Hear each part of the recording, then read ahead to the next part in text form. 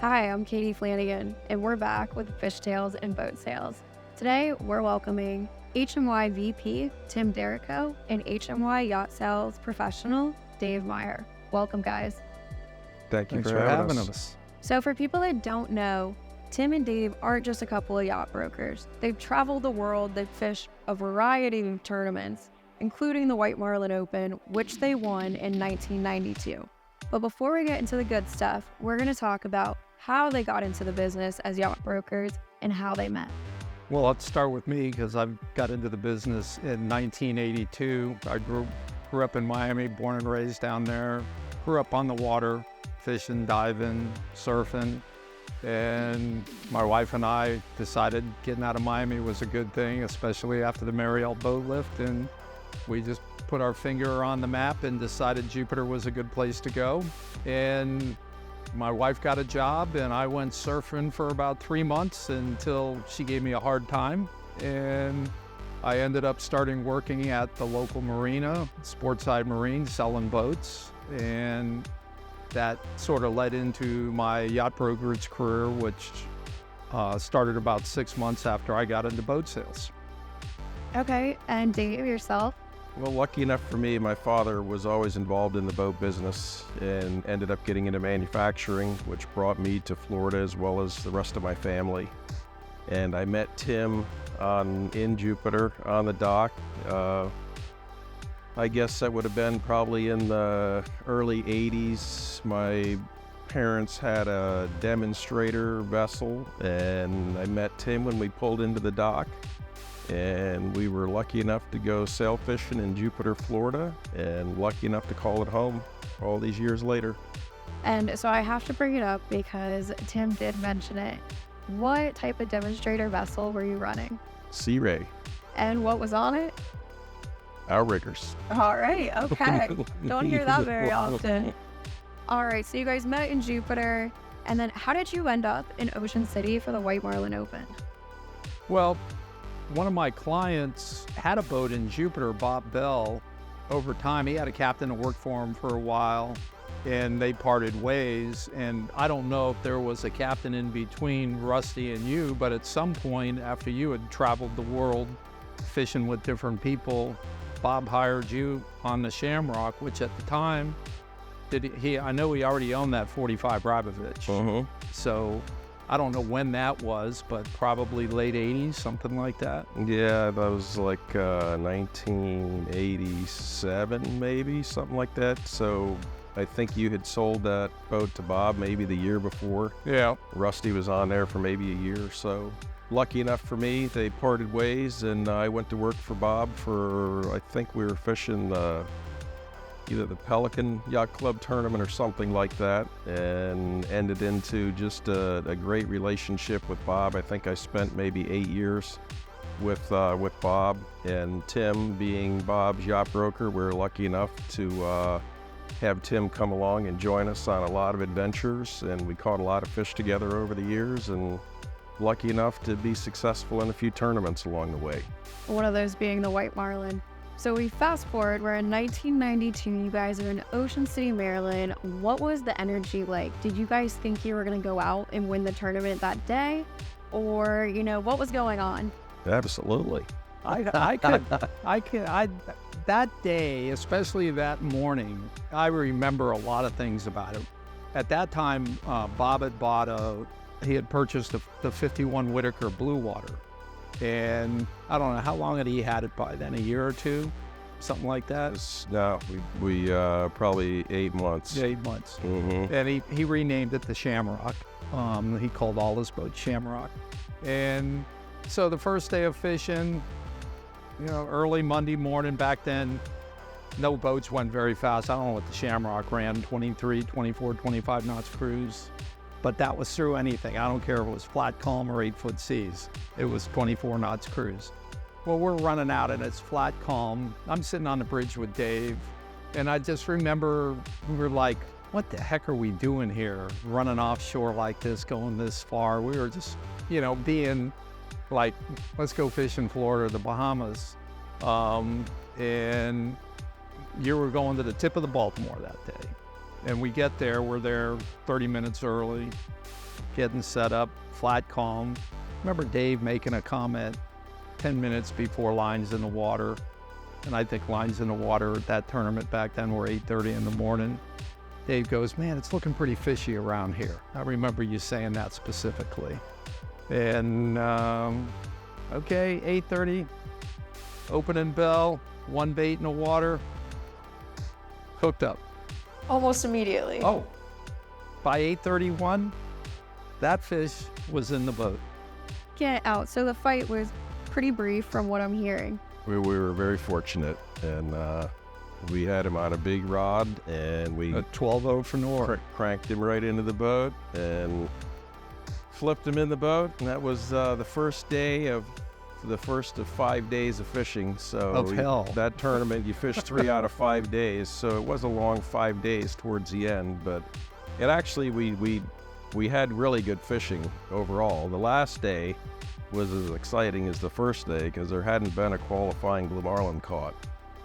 And we were lucky enough to have a fish on probably about 450 that was laying behind the boat. Same thing, another big reel, spewing blood, backing up on him and just pulled the hook right behind the boat. Oh, man. So, it's obviously that was done. Gardner did that 2 years ago, caught a winning blue and a winning white in that tournament, which is pretty rare. But Tim and I did have the opportunity to do that. Unfortunately, he got away, but it was all good. It was good memories and a good time, and it's really about the camaraderie. And still today, we're still friends and still lucky enough to work and have fun together. So let's back it up to when the fish actually hit the deck. Did you guys think you won at that point?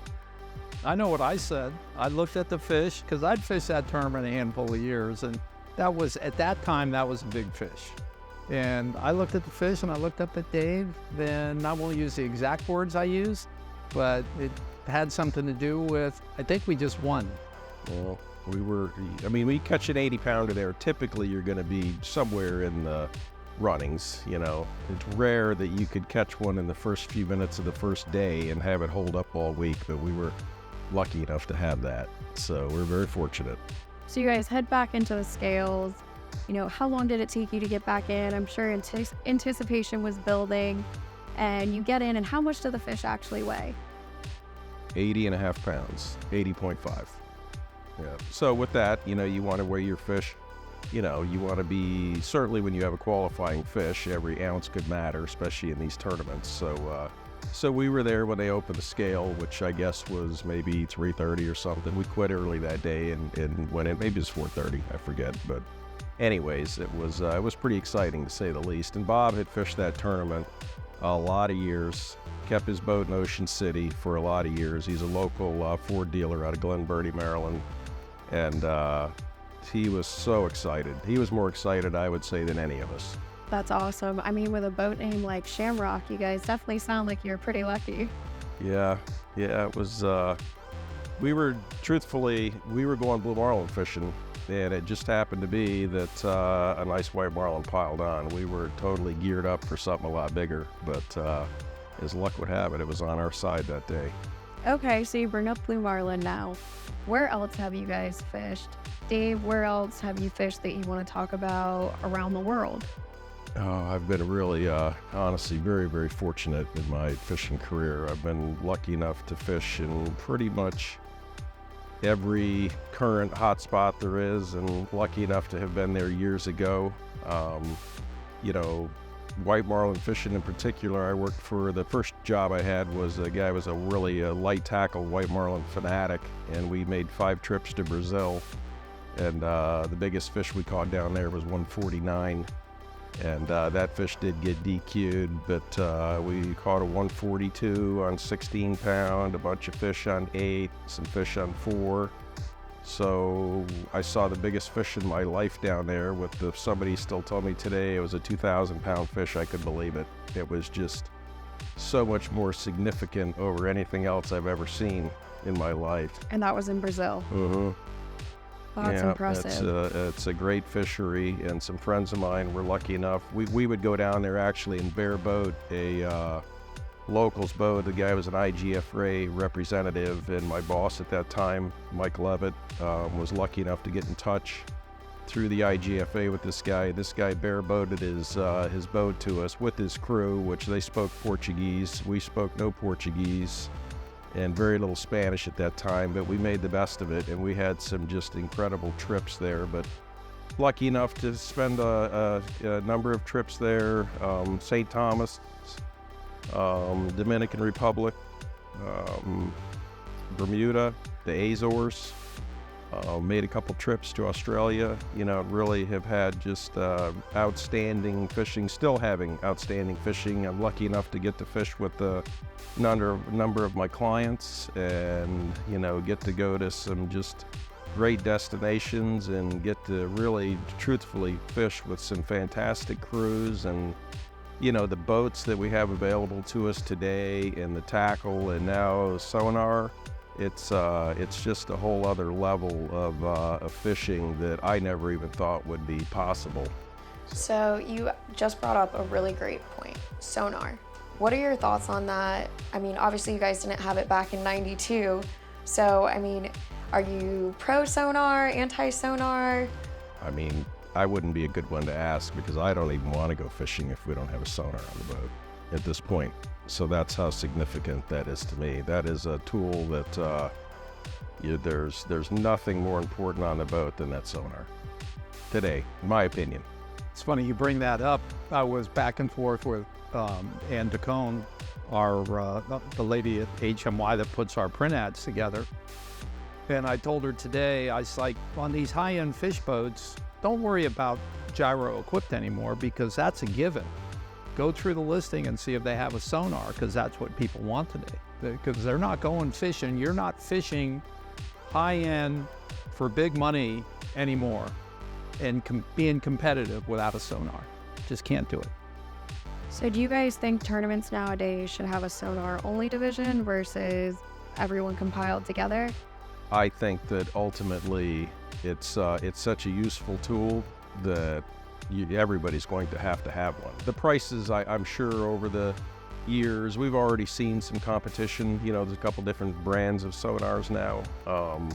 And I'm sure the foothold that has in our business today, it's really about being successful your days on the water. The common denominator to me of all the people that we typically sell boats to and go fishing with, they're still working people. They have companies and businesses, and so for them to carve out a week out of their schedule, they want it to be the most productive week you can have. So if adding a sonar into that equation helps you, by all means, I would think that you would have to have one. So to me, I don't think that there should be different divisions. I mean, I understand that, but I think here in the next couple years, anybody that's seriously tournament fishing is going to have a sonar. So it'll be irrelevant at that point.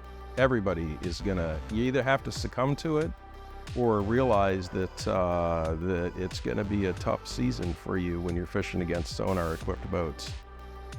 That makes sense. You guys both made some really great points there. Well, you go back, just think about how we used to fish 25, 30 years ago.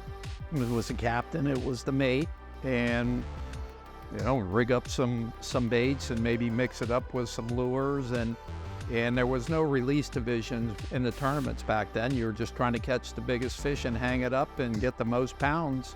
And today, I haven't been offshore fishing in a long time, but today, I think if I got in the cockpit of a boat and looked around, it'd be like trying to speak Greek. But, you got the captain, you got the sonar operator, you got a tower guy, and you have multiple mates. There's so much going on, and there's so much money.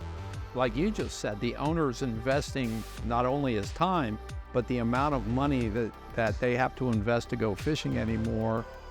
If you're trying to do it without a sonar, it just doesn't make sense. So speaking of going offshore, Tim, do you have any good fish stories that you'd like to share? Well, we brought up another one and this was with Dave on the Shamrock in the Turks and Caicos. I don't know when that was, probably 1990, somewhere around there. And Bob Bell wanted the boat down there for fish a couple tournaments. I don't know what it was, but I flew down for one of the tournaments, and boy, fishing was good. No, it was during the tournament. Yeah, it was during the tournament. And so we were seeing fish, we were catching fish, it was pretty good. And you have a better visual on this one than I do, but fish came up in the baits. One thing I learned about fishing down there, the water is hot and the fish are crazy. And this fish came up in the baits and off it goes. And I'll let you tell the rest of the story. Well, he ended up, if I remember right, he piled on the left short, took about 250 yards a line, pretty much straight out behind the boat, and, made a couple jumps out there, and we were just barely moving ahead at this point, finished cranking everything in, and taking a couple turns on the left teaser, just getting it out of the water, and out of the corner of my eye, I look up and I see that fish coming, and it's choppy. It's probably, 6-7 foot or something like that, and we're beam sea, and I see the fish coming out of the corner of my eye right towards the side of the boat.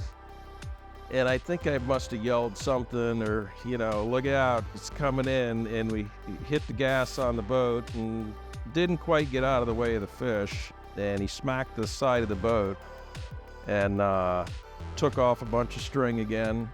And I think it still took us maybe a half hour to catch that fish. And meanwhile, I see, one of the deckhands look over the side of the boat. And he's like, man, you should maybe look at this. And I'm like, well, just catch the fish. It'll be all right. And I see Tim go over there, look over the side of the boat. And he's like, man, you probably should look at this. And we back around and we catch that fish, and when we caught it, its whole bill was broke off. And it was mean and feisty right down to the end. And so we turn around and we're setting back out, and the bilge pump indicators on that boat were in the middle of the dash, and I could see a couple of the pumps come on and then go off, and then come on and go off, and finally they're like, you need to come down here and look at this. So I did go down and look at it, and the fish, when it hit the side of the boat, when it came down, basically it's a wood boat, the way the grain of the wood was and the angle that the fish went in there, it basically split the side of the boat wide open, where we probably had a 3-inch hole almost at the waterline, kind of big diamond shape with the bill stuck in there. So I think I don't know if we pounded something in there, a towel or something, and kept fishing, because that was first thing in the morning. I think we caught a couple more fish that day or something, but we got in that night and we're trying to figure out what we're going to do, and I think we sawed the top of the bill off, and we packed it full of 5200, and we tied the boat over, so we heeled the boat over so the caulk would dry, and we fished it. We were on our way to St. Thomas after that, and we fished the whole summer that way.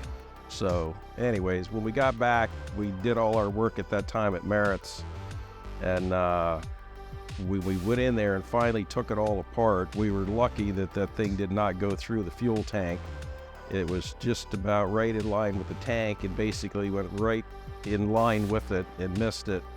But we're nice enough to make the boss a paperweight for his desk with the rest of the bill that we took out of his boat. So That is wild.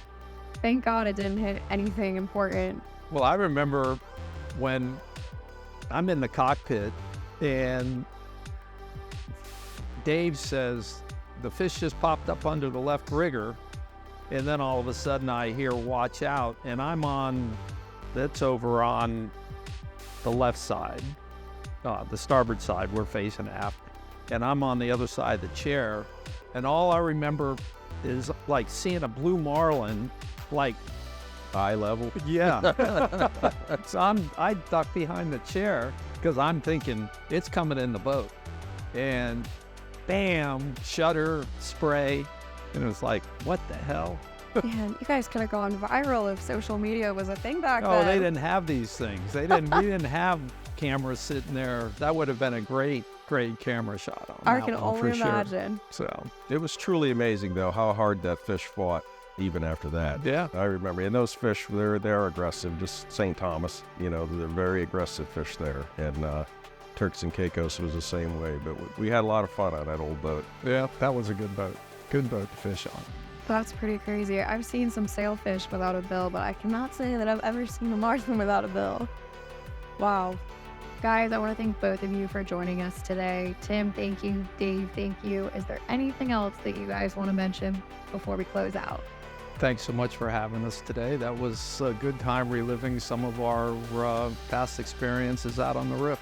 Well, I would just like to say I've worked at HMY now for 25 years, and honestly, I would owe that to my friend Tim here. So when I was wrapping up my career running boats, I really wasn't sure what to do, and Tim pretty much took me under my wing and got me going and introduced me to Steve Moynihan, and 25 years later, you know, it's we're still at it, we're still having fun, and you know, just a great company and a great place to work.